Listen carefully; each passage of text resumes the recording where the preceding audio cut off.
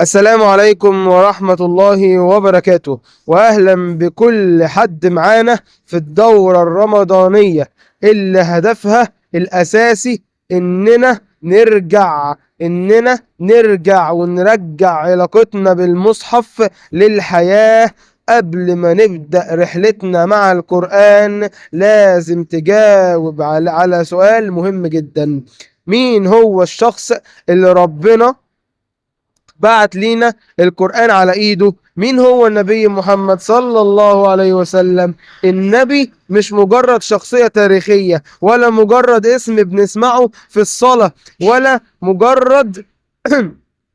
مجرد شخص عادي. النبي صلى الله عليه وسلم هو أعظم قدوة، هو الإنسان اللي عاش بالقرآن، اتنفس بالقرآن، وتحول في كل خطوة منه لصورة عملية من كلام ربنا. وعشان كده قبل ما نتعلم التلاوة، وقبل ما نتعلم إن شاء الله بإذن الله إزاي نقرأ القرآن، وازاي نستنبط منه المعاني، وازاي نخرج منه الشعارات والكلام ده كله، قبل ما نتعلم ده لازم نفهم اننا مش بنتعلم قرآن بس، احنا بنتعلم ازاي نعيش زي ما النبي عاش، ازاي نقرأ زي ما كان بيقرأ، ازاي نحس بالآيات، ازاي نخلي القرآن يهدي قلبنا ويغير من نفسنا زي ما عمل مع سيدنا محمد صلى الله عليه وسلم.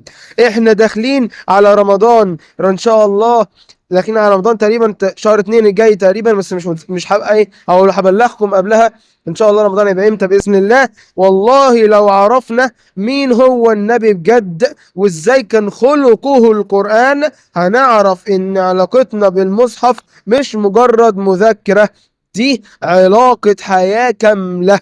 هو علاقة ايه؟ حياة كاملة. في الدورة دي ان شاء الله اللي بدايتها هتبدأ في رمضان، مش هنعلم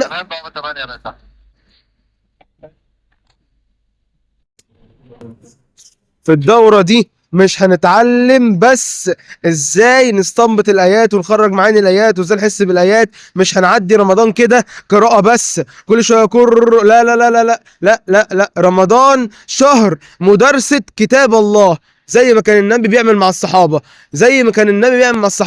وزي ما كان جبريل على جبريل، سيدنا جبريل كان بيعمل مع سيدنا محمد صلى الله عليه وسلم، كان بينزل يدرس القرآن للنبي عليه الصلاة والسلام. فاحنا مش هنتعلم ازاي ان احنا نقرأ القرآن بس، لا لا، ده قراءة وان شاء الله استنباط ايات وشعارات وكل حاجة ان شاء الله هتكون متحضرة ان شاء الله. ده مشروع ان شاء الله انا بحضر له بإذن الله. ولا ها ولا بس ايه، ولا بس نتعلم الحاجات اللي هي التلاوة وكل الكلام ده كله هيبقى معانا ان شاء الله بإذن الله. احنا هنسافر معاكم رحلة نعيش فيها جو القرآن، ونتعرف على شخصية النبي اللي هنمشي وراه خطوة بخطوة. لان اقسم لكم بالله والله العظيم ثلاثة، انا واعوذ بالله من كلمة انا، لما دخلت القرآن كده والآيات أثرت فيا، والله أنا اتغيرت فعلا. القرآن غيرني ويقدر يغير الكوكب بحاله. الكتاب ده معجزة كبيرة جدا. ربنا عز وجل بيقول في كتابه الكريم: قاف والقرآن المجيد. حاجة مجيدة، حاجة كبيرة، حاجة عظيمة. هو كلام الله يا جماعة.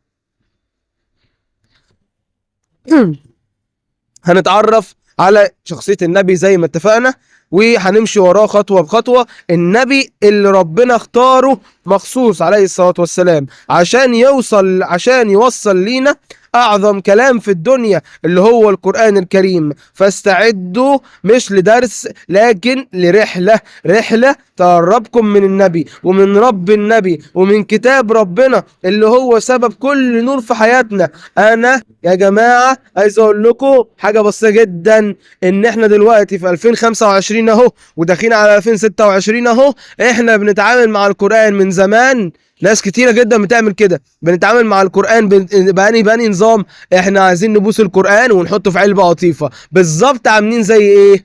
بالظبط عاملين زي في واحد كان بيبعت فلوس لعيلته، اب بيبعت فلوس لاولاده، فاول ما الظرف يجي عندهم يقول ده الله بابا بعت ظرف يا اولاد، يقوموا بايسين الظرف وحاطينه في علبه قطيفه، ويقول لك عايزين فلوس، مش معانا فلوس نصرف على البيت، فيقوم باعت لهم الشهر اللي بعديه ظرف، فيقوموا بايسينه وحاطينه في علبه قطيفه، فيقولوا ايه ده احنا ما عندناش فلوس نصرف، هو الراجل ده ما بيبعتش فلوس ليه؟ وهم اساسا كل العلاقه اللي ما بينهم وبين الشكوى اللي هم بيشتكوها هي عباره عن ايه؟ عباره عن فتحه الظرف. هو لو فتح الظرف هياخد المضمون، هياخد الكنوز، هياخد الجواهر، هياخد الالماظ، هياخد الفلوس اللي جوه الظرف، ومش هيشتكي تاني انه معهوش فلوس. احنا مشكلتنا مع القرآن نفس طريقة الظرف دي، ان احنا بنبوس القرآن وعايزين نحطه في علبة قطيفة، بنبوس القرآن وعايزين نحطه على الرف ممسوح. هات قماشه وامسح المصحف، انما مش عاوزين ناخد الكنز بتاع الكتاب، مش عاوزين نفتح الكتاب، مش عاوزين ناخد الجواهر اللي ربنا عز وجل حطها لنا، مش عايزين ناخد الاوامر والنواهي و حاجات كتيره جدا، مش عاوزين ناخد اي حاجه في المصحف. واخد بال حضرتك معايا؟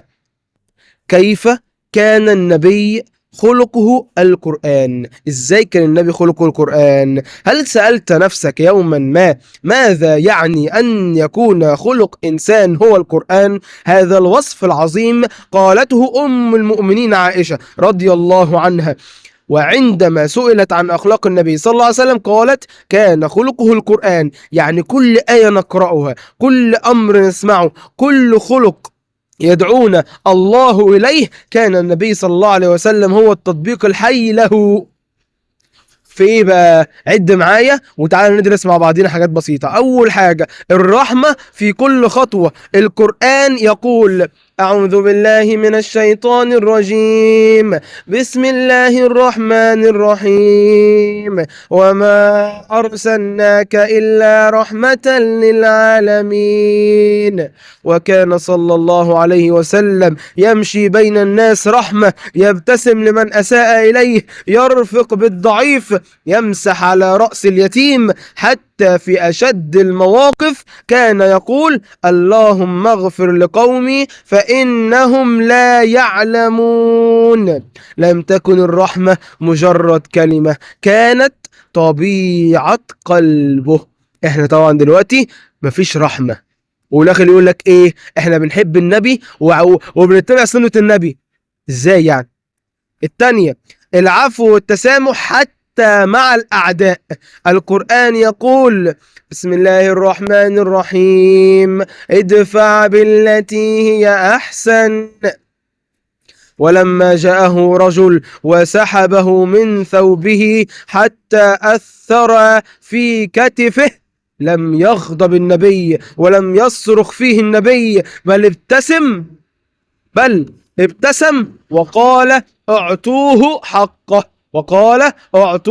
حقه، وعندما دخل مكة فاتحا لها وتحت يديه أقوام أخرجوه وآذوه قال لهم إيه؟ الكلمة التي غيرت تاريخ الأمة بأكملها اذهبوا فأنتم الطلقاء. هذا هو القرآن يمشي على الأرض. أما التواضع الكامل مع الجميع، القرآن يقول واخفض جناحك للمؤمنين. وكان صلى الله عليه وسلم يجلس على الأرض ويأكل على الأرض ويقول إنما أنا عبد أكل كما يأكل العبد. عليه الصلاة والسلام، عليك الصلاة والسلام يا رسول الله، والله إني أشهدكم أني لا أحب رسول الله، لا قصور ولا تعالي. كان بيلبس بسيط ويزور الضعفاء ويجالس الفقراء، حتى قال الصحابة كان إذا دخل أحدنا عليه لم يعرفه من شدة تواضعه. اتواضعوا يا جماعة، اتواضعوا، عشان التواضع مبقاش موجود دلوقتي، بقى في تكبر إلا من رحم ربي. أما الصبر والثبات في أصعب الظروف، القرآن يقول واصبر وما صبرك إلا بالله وكان صلى الله عليه وسلم يصبر على الجوع حتى يربط الحجر على بطنه ويصبر على الأذى ويقول قد أوذيت في الله وما يؤذي أحدا. كانش بيأذي حد حتى اللي كان بيأذيه. صبر في الدعوة وصبر في العبادة وصبر على القضاء والقدر. أما الذكر والعبادة في كل حين. القرآن يقول واذكر اسم ربك وتبتل إليه تبتيلا. وكان صلى الله عليه وسلم يقوم الليل حتى تتفتر قدماه يقرأ القرآن يبكي ويناجي ربه ويقول أفلا أكون عبدا شكورا.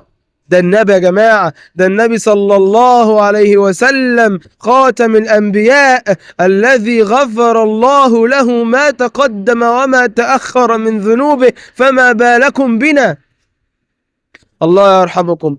كان القرآن غذاء روحه وقوة قلبه ودليل حياته. أما الصدق والأمانة قولا وفعلا. القرآن يقول يا أيها الذين آمنوا اتقوا الله يا أيها الذين آمنوا اتقوا الله وكونوا مع الصادقين.